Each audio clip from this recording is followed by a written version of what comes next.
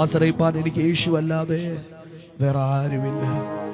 ഇന്ന് രാത്രി എത്ര പേര് വിശ്വസിക്കുന്നുണ്ട് യേശു അല്ലാതെ എനിക്ക് ആശ്രയിപ്പാൻ വേറെ ആരുമില്ല? അത് ഉറപ്പുള്ളവര് ആ കരങ്ങളെ ഒന്ന് തട്ടി കർത്താവിനെന്ന് മഹത്വപ്പെടുത്താൻ കഴിയുമോ? നന്നായിട്ട് ആ കരങ്ങളെ തട്ടി എന്ന് മഹത്വപ്പെടുത്താൻ കഴിയുമോ? ഞാൻ ഈ ലോകത്ത് ജനിക്കുന്നത് രണ്ട് കണ്ണിനും കാഴ്ചയുള്ള വ്യക്തിയായിട്ടാണ് ഈ ലോകത്ത് വരാൻ കർത്താവ് എൻ്റെ ലൈഫിൽ ഭാഗ്യം തന്നത്. ഞാൻ പാടിയ ഓരോ വരികളും എൻ്റെ ജീവിതമാണ് ഞാൻ പാടിക്കൊണ്ടിരുന്നത്. ഭാരമുള്ളിൽ നേരിടും, നേരമെല്ലാം താങ്ങിടും.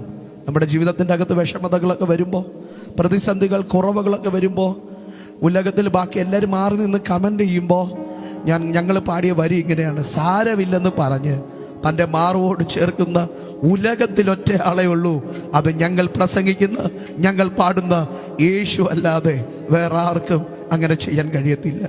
ഈ സുന്ദരമായ ലോകത്തെ കാണാൻ കർത്താവ് എനിക്ക് ഭാഗ്യം തന്നു.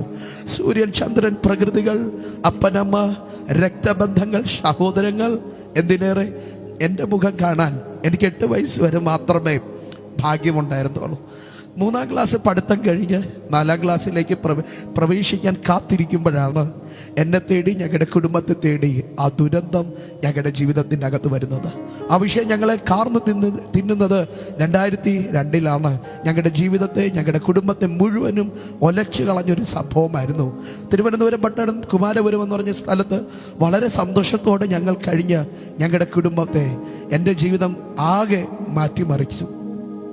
ഒരു വെക്കേഷൻ സമയത്ത് 2 കണ്ണിലും ചുവപ്പ് വരികയും കണ്ണിൽ നിന്ന് കണ്ണുനീര് വരികയും തല അനക്കാൻ കഴിയാതെ വല്ലാതെ ഞാൻ ഭാരപ്പെട്ട് എൻ്റെ ബെഡിൽ കിടക്കുമ്പോൾ അന്ന് മുതിർന്നവർ പറഞ്ഞ് ഭയപ്പെടാൻ ഒന്നുമില്ല, ഇത് ചൂട് സമയത്ത് ഉണ്ടാകുന്നതാണെന്നൊക്കെ പറഞ്ഞ് ഞങ്ങളെ ആശ്വസിപ്പിച്ചെങ്കിലും 1-2 ദിവസങ്ങൾ കഴിഞ്ഞപ്പോൾ എൻ്റെ സ്ഥിതി വല്ലാതെ വഷളാകാൻ തുടങ്ങി. എനിക്ക് കഴിക്കാൻ കഴിയുന്നില്ല, എനിക്ക് ഒന്നിനും ചെയ്യാൻ കഴിയാത്ത വല്ലാത്ത ഭാരം എൻ്റെ ജീവിതത്തിൻ്റെ അകത്ത് ഉണ്ടായി. അങ്ങനെ എന്നെ തിരുവനന്തപുരം കണ്ണാശുപത്രിയിലേക്ക് എൻ്റെ പിതാവ് കൊണ്ടുപോയി. വിദഗ്ധമായ ചികിത്സ എൻ്റെ ഡോക്ടേഴ്സ് എനിക്ക് വേണ്ടി തന്നു. ഒത്തിരി സ്കാനുകൾ, ഒത്തിരി റിപ്പോർട്ടുകളൊക്കെ കഴിഞ്ഞിട്ട് ഫൈനലി എൻ്റെ അസുഖം എന്താണ്, എൻ്റെ രോഗം എന്താണെന്ന് തിരുവനന്തപുരം കണ്ണാശുപത്രിയിലെ ഡോക്ടേഴ്സ്, സീനിയേഴ്സ് ഡോക്ടേഴ്സ് അത് കണ്ടുപിടിക്കുകയും എൻ്റെ പിതാവിനോട് പറയുകയും ചെയ്തു. എൻ്റെ പിതാവിനോട് പറഞ്ഞ വാക്കുകൾ അതുപോലെ തന്നെ ഞാൻ പറയാം. എൻ്റെ ഡോക്ടേഴ്സ് പറഞ്ഞത് 5 ലക്ഷത്തിൽ ഒരാൾക്ക് വരുന്ന മാരകമായ റെറ്റിനോബ്ലാസ്റ്റോമ എന്ന് പറഞ്ഞ ക്യാൻസർ രോഗം ഡേവിൻ്റെ കണ്ണുകളിൽ ബാധിച്ചു. എൻ്റെ ഡോക്ടർ പറഞ്ഞത് അടുത്തേറ്റ് തകർത്ത് കളയുന്ന വാക്കാണ്: ഇതിനൊരു ചികിത്സയില്ല, ഈ രോഗത്തിന് ഒരു മരുന്നില്ല, മരണമല്ലാതെ വേറൊരു ഓപ്ഷൻ ഇല്ല എന്ന് പറഞ്ഞ് എൻ്റെ ഡോക്ടർ പറഞ്ഞു. അഥവാ ഈ അസുഖത്തെ തരണം ചെയ്താൽ ഇവൻ ഓർമ്മശക്തി കാണത്തില്ല, പഠിക്കാൻ കഴിയത്തില്ല, വീട്ടിനകത്ത് ജീവശവം പോലെ കിടക്കുമെന്ന് പറഞ്ഞ് തിരുവനന്തപുരം കണ്ണാശുപത്രി ഡോക്ടേഴ്സ് എൻ്റെ ഫയൽ ക്ലോസ് ചെയ്യുക. അപ്പോൾ എൻ്റെ പിതാവ് ചോദിച്ചു, എന്തെങ്കിലും ഒരു ഓപ്ഷൻ എൻ്റെ മോന് വേണ്ടി ഉണ്ടോ എന്ന് ചോദിക്കുമ്പോൾ എൻ്റെ ഡോക്ടേഴ്സ് പറഞ്ഞു, ഒരു ഓപ്ഷനും ഇല്ല, വേണമെങ്കിൽ കണ്ണിനെ റിമൂവ് ചെയ്യുക, മരിച്ചു പോകും, വീട്ടിലേക്ക് കൊണ്ടുപോകുക, അവന് ആവശ്യമുള്ള ആഹാരം കൊടുക്കുക, ആവശ്യമുള്ള സന്തോഷങ്ങൾ കൊടുക്കുക. എന്നെ അമ്മ എൻ്റെ അടുത്തില്ല, കാരണം എൻ്റെ പെങ്ങൾക്ക് ജന്മം കൊടുക്കുന്നത് കൊണ്ട് അമ്മ എൻ്റെ അടുത്തില്ല. ഞങ്ങളെ കുടുംബം ആകെ വേദനിക്കാൻ തുടങ്ങി. എൻ്റെ പിതാവ്, ഇന്ന് ഞാൻ ഓർക്കുന്നു, ആ ക്യാൻസറിൻ്റെ റിപ്പോർട്ടും എന്നെയും പിടിച്ച് ആ കണ്ണാശുപത്രിയുടെ വരാതയിൽ നിറകണ്ണുകളോടെ നിൽക്കുന്ന അവസാനത്തെ ചിത്രം ഇന്നും ഈ മിനിറ്റും എൻ്റെ ഹൃദയത്തിൽ മായാതെ കിടക്കുന്ന ഒരു മുറിവാണ്. കാരണം പൈസയ്ക്കോ ബന്ധത്തിനോ സ്വാധീനങ്ങൾക്കോ ഒന്നും ചെയ്യാതെ ഇനി എൻ്റെ ജീവിതത്തിനകത്ത് മരണമല്ലാതെ, ഞങ്ങളുടെ കുടുംബത്തിൻ്റെ അകത്ത് മരണമല്ലാതെ വേറൊന്നും സംഭവിക്കാനില്ലെന്ന് പറഞ്ഞ് പകച്ചു നിൽക്കുമ്പോൾ ഇന്ന് രാത്രി കാലം ഞാൻ നിങ്ങളോട് പറഞ്ഞോട്ടെ, ഒന്നും ചെയ്യാൻ കഴിയാത്ത വല്ലാത്തൊരു കണ്ടീഷൻ ഞങ്ങളുടെ ലൈഫിൻ്റെ അകത്തുണ്ടായിരുന്നു. ഞങ്ങൾ ഞങ്ങളുടെ പാസ്റ്ററിനോട് കൈമാറി. അദ്ദേഹം പറഞ്ഞത് ഇങ്ങനെയാണ്: ഇത്രയും സമയം നമ്മൾ ആശ്രയിച്ചത് ലോകത്തിൻ്റെ വൈദ്യനെയാണ്, ഇനി നമുക്ക് പരമവൈദ്യനായ യേശുവിനെ ആശ്രയിക്കാമെന്ന് പറഞ്ഞു. അദ്ദേഹം ആ പറഞ്ഞ വാക്കുകൾ നമുക്ക് അങ്ങോട്ട് ഉൾക്കൊള്ളാൻ കഴിഞ്ഞില്ല. കാരണം ഡോക്ടേഴ്സ് എനിക്ക് എഴുതി വെച്ചിരിക്കുന്നത്, എനിക്ക് തലയ്ക്ക് മേലിട്ടിരിക്കുന്നത് 39 ദിവസം മരിച്ചു പോകും. അപ്പോഴും ഞങ്ങൾ കേൾക്കുന്ന വാർത്ത, ഇതേ അസുഖം വന്നവർ, ഇതേ രോഗം വന്നവരെല്ലാവരും ഓരോ ആഴ്ചകൾ കഴിയുമ്പോൾ മരണത്തിലേക്ക് തള്ളപ്പെടുമ്പോൾ അടുത്ത് ഞാനാണെന്ന് ഓർക്കുമ്പോൾ എൻ്റെ കുടുംബത്തിന് താങ്ങുന്നതിലും അപ്പുറത്തെ വേദനയായിരുന്നു. എനിക്കറിയത്തില്ല, എന്തോ സംഭവിക്കുന്നെന്ന് എനിക്ക് മനസ്സിലായി. ഒരു 8 വയസ്സുകാരനൊന്നും മനസ്സിലായില്ല. പെട്ടെന്ന് എൻ്റെ കാഴ്ച മങ്ങിപ്പോയി. പെട്ടെന്ന് എൻ്റെ കണ്ണ് ഇരുളായി മാറി. ഞാൻ ഇരുട്ടിൻ്റെ ലോകത്തിലേക്ക് തള്ളപ്പെട്ടു. എനിക്കറിയത്തില്ല, ഞാൻ അവസാനത്തെ ആ മങ്ങിയ കാഴ്ചയിൽ ഞാൻ കണ്ടത് എൻ്റെ ബന്ധുക്കൾ, ചർച്ചക്കാർ വന്ന് കരയുന്നതാണ്. നിറകണ്ണുകളോടെ എന്നെ സഹതാപത്തോടെ നോക്കുന്നതാണ്. എനിക്കറിയത്തില്ല എന്നതാ അവരങ്ങനെ നോക്കണേ. പക്ഷെ ഇന്ന് രാത്രി കാലം ഞാൻ പറയാം, പ്രതീക്ഷകളെല്ലാം മറ്റ് ട്രിവാൻഡ്രം ഹോസ്പിറ്റലിൽ ഇനി ഒരു ഓപ്ഷൻ ഇല്ല എന്ന് പറഞ്ഞ് എൻ്റെ ഫയൽ ക്ലോസ് ചെയ്ത് വീട്ടിലേക്ക് ഡിസ്ചാർജ് കാർഡ് വാങ്ങി വരുമ്പോൾ ഞാൻ കണ്ടത് ടാർപ്പൊക്കെ കെട്ടി ശരിക്കും എൻ്റെ വീടൊരു മരണ വീടായി മാറി. ബന്ധുക്കൾ, ചർച്ചക്കാരെ കൊണ്ട് നിറഞ്ഞ്, എൻ്റെ പപ്പയും മമ്മിയും സ്നേഹിക്കുന്ന സ്നേഹിതന്മാരെ കൊണ്ട് നിറഞ്ഞ് കരയാൻ തുടങ്ങി. എനിക്ക് വേദന കൊണ്ട് ഞാൻ പെടയുകയാണ്. തല അനക്കാൻ കഴിയാതെ വല്ലാതെ ഞാൻ ഭാരപ്പെടുമ്പോൾ എന്നെ ശവത്തെ കിടത്തുന്നത് പോലെ കിടത്തി എനിക്ക് വേണ്ടി പ്രാർത്ഥന കഴിച്ചു. എനിക്ക് വേണ്ടി ഞാനൊരു പ്രാർത്ഥന കഴിഞ്ഞെഴുന്നേൽക്കുമ്പോൾ എൻ്റെ തല മുതൽ പാദം വരെ കണ്ണുനീരൊഴുകി എനിക്ക് വേണ്ടി എൻ്റെ പാസ്റ്റർമാർ പ്രാർത്ഥിക്കുമായിരുന്നു. അഭിഷിക്തന്മാർ എനിക്ക് വേണ്ടി പ്രാർത്ഥിക്കുമായിരുന്നു, കരയുമായിരുന്നു. നിങ്ങൾ വിശ്വസിക്കുമെന്ന് എനിക്കറിയില്ല, ഏതാണ്ട് 69 ദിവസം തുടർമാനമായ പ്രാർത്ഥന എൻ്റെ ജീവിതത്തിനകത്തുണ്ടായിരുന്നു. അങ്ങനെ പ്രാർത്ഥിച്ചുകൊണ്ടിരിക്കുമ്പോൾ ഇന്ന് രാത്രി ഈ കൺവെൻഷനിൽ ഞങ്ങൾക്ക് പറയാൻ ഒരു ദൈവ ശബ്ദമുണ്ട്. ലോകം നിങ്ങളുടെ ഫയൽ ക്ലോസ് ചെയ്യുമ്പോൾ യേശു നിങ്ങളുടെ ഫയൽ ഓപ്പൺ ചെയ്യാൻ പോകുക. ഈ കൺവെൻഷന്റെ ഏറ്റവും വലിയ ഉദ്ദേശം എന്ന് പറയുന്നത് മരുന്നുകൾ, സ്വാധീനങ്ങൾ സകലതും താങ്കളുടെ മുമ്പിൽ അടയ്ക്കപ്പെടുമ്പോൾ ഇന്ന് രാത്രി ഞങ്ങൾക്ക് പറയാനുള്ളത്, യേശു ചിലത് ഇന്ന് രാത്രികാലം നിങ്ങളുടെ ജീവിതത്തിന്റെ അകത്ത് തുറക്കാൻ പോകുക. 39 ദിവസം മാത്രം വിധി എഴുതി എന്റെ ലൈഫിന്റെ അകത്ത് 69 ദിവസത്തിന്റെ അകത്ത് ഞാൻ കേൾക്കാൻ തുടങ്ങി.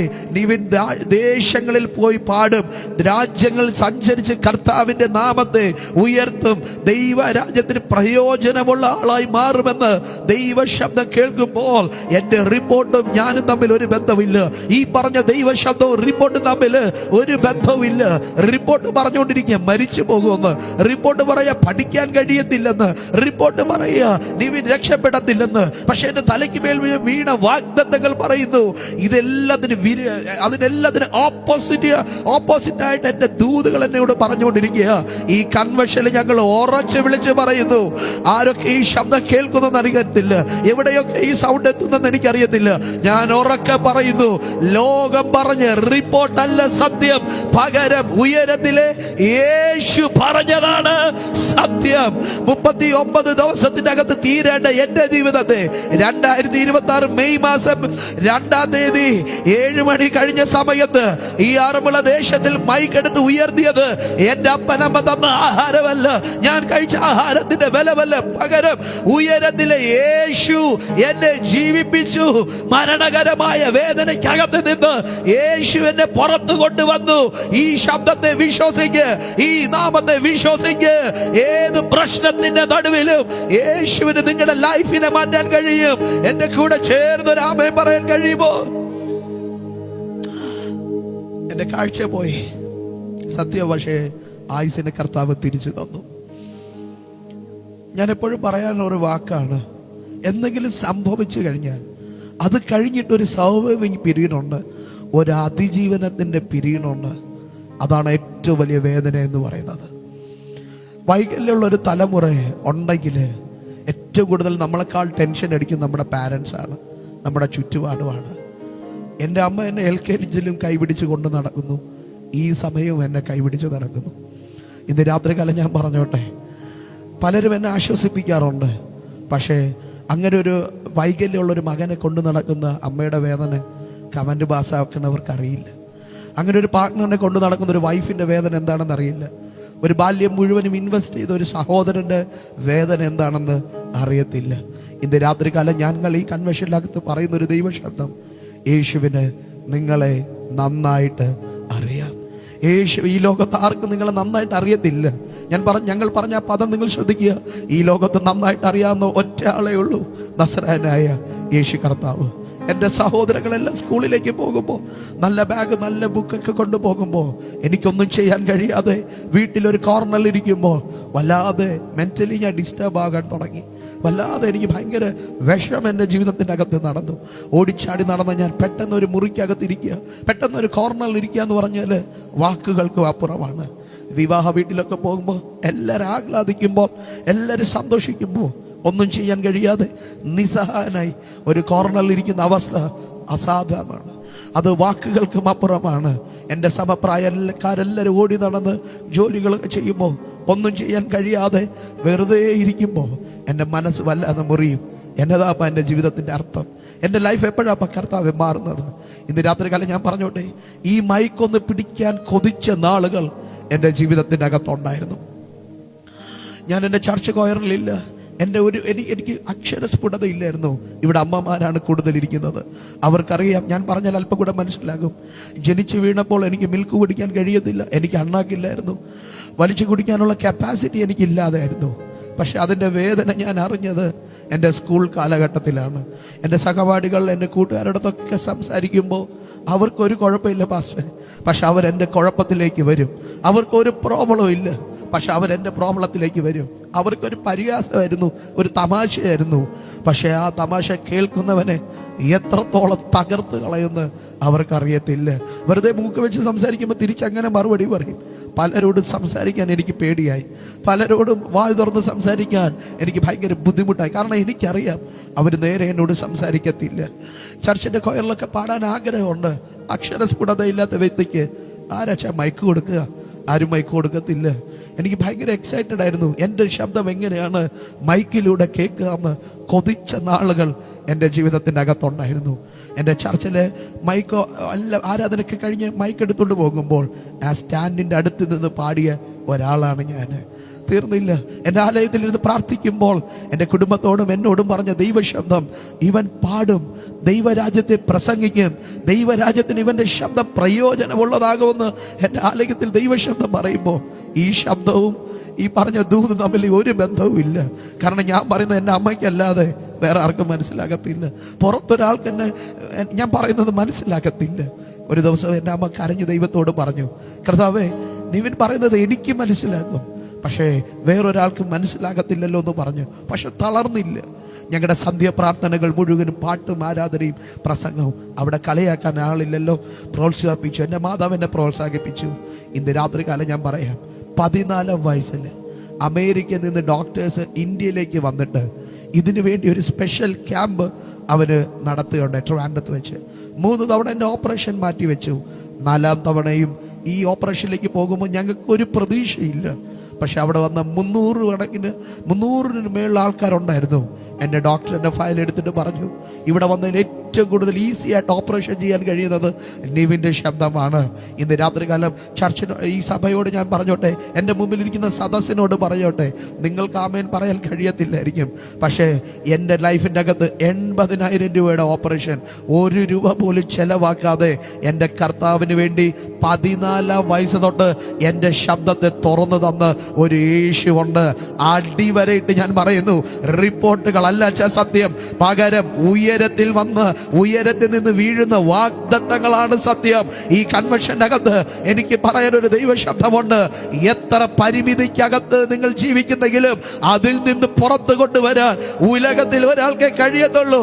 സദസ് ഒരുമിച്ച് പറഞ്ഞാട്ടെ, അദ്ദേഹത്തിന്റെ പേരാണ് നസ്രായനായ യേശു.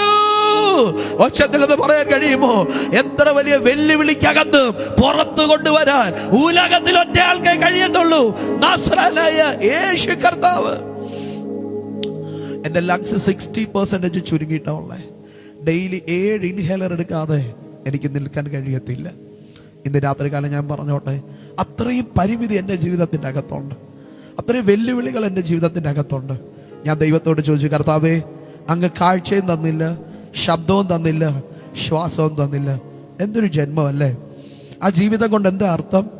കാഴ്ചയില്ല, ശബ്ദവും ഇല്ല, ശ്വാസവും ഇല്ല എന്ന് പറഞ്ഞാൽ എന്നതാ ജീവിതം കൊണ്ട് അർത്ഥം? ഞാൻ എത്രയോ രാത്രികൾ ശ്വാസം കിട്ടാതെ പെടയുമ്പോൾ ഞാൻ പ്രാർത്ഥിച്ചു, കർത്താവേ, ഇത് അവസാനത്തെ രാത്രി ആകണേ. സഹിക്കുന്നതിലും അപ്പുറമാണ് കർത്താവേ. ഞാൻ കേട്ടിട്ടുണ്ട് 40-50 വയസ്സിലൊക്കെ വന്നൊക്കെ ആൾക്കാർ പറയുന്ന കേട്ടിട്ടുണ്ട്, ബ്രദറെ, ജീവിതം വെറുത്തുപോയി, പാസ്റ്റർ ജീവിതം വെറുത്തുപോയി എന്നൊക്കെ പറയണ ഞാൻ കേട്ടിട്ടുണ്ട്. എൻ്റെ 15, 16, 17 വയസ്സിൽ ജീവിതത്തെ വെറുത്തുപോയ ആളാണ് ഞാൻ. എന്നും ആശുപത്രി, എന്നും രോഗം, എന്നും പ്രയാസം, എന്നും ജീവിതത്തിൻ്റെ അകത്ത് തകർച്ചകൾ, എന്നും മരുന്നുകൾ. അങ്ങനെ ഞാൻ വെറുത്തുപോയ ഒരാളാണ്. ഇന്ന് ഞാൻ ചെങ്ങന്നൂർ റെയിൽവേ സ്റ്റേഷനിൽ ഇറങ്ങുമ്പോൾ ഒരു മിനിറ്റ് അറിയാതെ ഞാൻ പ്രാർത്ഥിച്ചു ദൈവത്തോട്. അന്ന് എൻ്റെ ജീവൻ പോയിരുന്നെങ്കിൽ ഇന്നിവിടെ വന്ന് കർത്താവിനെ ഉയർത്താൻ എനിക്ക് കഴിയത്തില്ല. കർത്താവ്, ഞാൻ യാത്ര ചെയ്യുമ്പോൾ അന്നൊന്നും എന്നോട് സംസാരിച്ചില്ല. എന്നെ എടുക്കണമേ, എനിക്ക് മതി എന്നൊക്കെ പറയുമ്പോൾ അപ്പനൊന്നും എന്നോട് മിണ്ടിയില്ല. പക്ഷെ ഇന്ന് ട്രെയിനിൽ യാത്ര ചെയ്യുമ്പോൾ കർത്താവ് എന്നോട് ചോദിച്ചു, അന്ന് നീ പോയിരുന്നെങ്കിൽ ഇന്ന് ഈ വേദിയിൽ ആരാ പാടുക? എൻ്റെ കണ്ണറിയാന്ന് പറഞ്ഞിട്ട് ഞാൻ പറഞ്ഞു, എൻ്റെ കർത്താവേ നന്ദി. അങ്ങനെ ഞാൻ ആ സ്റ്റേഷനിൽ മനസ്സിൽ പാടി, ഒരു തരി പോലും കുറയില്ല നിന്നോടുള്ള സ്നേഹം,